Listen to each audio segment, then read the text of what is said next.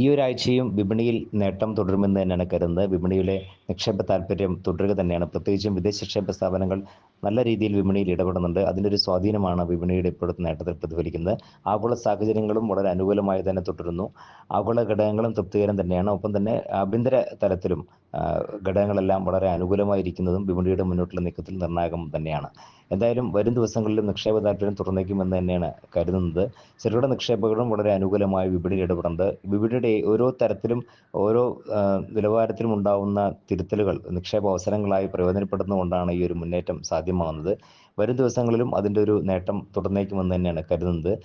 വിപണിയിൽ ഇപ്പോഴത്തെ നേട്ടത്തിൽ ഭാഗഭാക്കാവാത്ത ഒരു വിഭാഗം, ഒരു മേഖല എന്ന് പറയുന്നത് IT ടെക്നോളജി വിഭാഗമാണ്.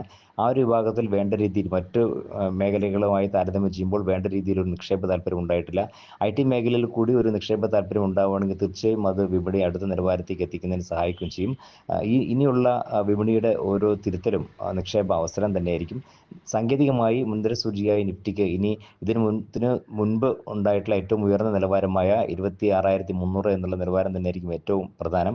26,270 എന്ന നിലവാരത്തിലേക്കാണ് ഇതിനു മുമ്പ് വിപണി ഏറ്റവും ഉയർന്ന നിലവാരം കുറിച്ചത്. ആ ഒരു നിലവാരത്തിലേക്ക് എത്തുമെന്ന് തന്നെയാണ് കരുതുന്നത്. അതിനുള്ള എല്ലാവിധ സ്വാധീനവും വിപണിയിൽ നിക്ഷേപ സ്ഥാപനങ്ങളുടെ ഭാഗത്ത് ഉണ്ടാകുന്നുമുണ്ട്. എന്തായാലും ഇന്നും വിപണിയിൽ നേട്ടത്തിലായിരിക്കും വ്യാപാരം തുടങ്ങുക.